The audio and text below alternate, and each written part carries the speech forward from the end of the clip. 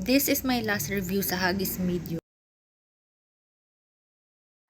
Alright, so in this channel, I'm creating short videos or reviews para sa mga taong order online. If this sounds so good to you, hit the subscribe button and turn on the notification bell so you will be notified whenever there's a new review posted. Hello mga mamis dyan, kamusta na si baby?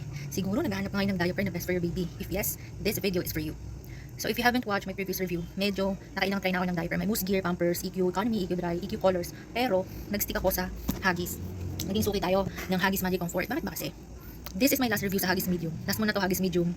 So we have 5 reasons why I love Huggies Magic Comfort Medium. Number 1, it's affordable. 300 to 321, 42 pieces na. So pumapatak again, 7.60 ang isa. And then number 2 reason, dry yung pwede ni baby biyata. Subok na kahit ilang oras na di ako makapagpalit. Sa mga video ko yun, ikwento ko sa inyo, dry pa din.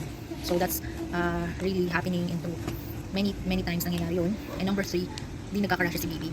And again, gumagamit ako ng petroleum jelly. So that's another layer of protection for my baby's skin. And then number 4, pull-up pants. Yun. Gusto ko yung pull-up pants. Dati nag-worry ako kasi ang hirap ng iligpit. Very challenging up until now, pero kailangan mo lang tagain na iligpit talaga agad para di maipon.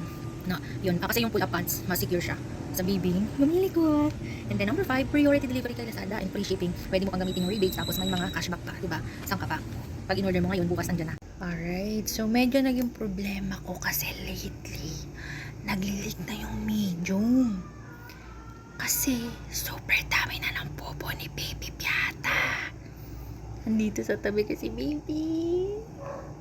So minsan, kahit nasa packaging po up to 12 kg, obserbahan nyo po mga mommies kung kailan o kailangan na bang mag-move up sa next size.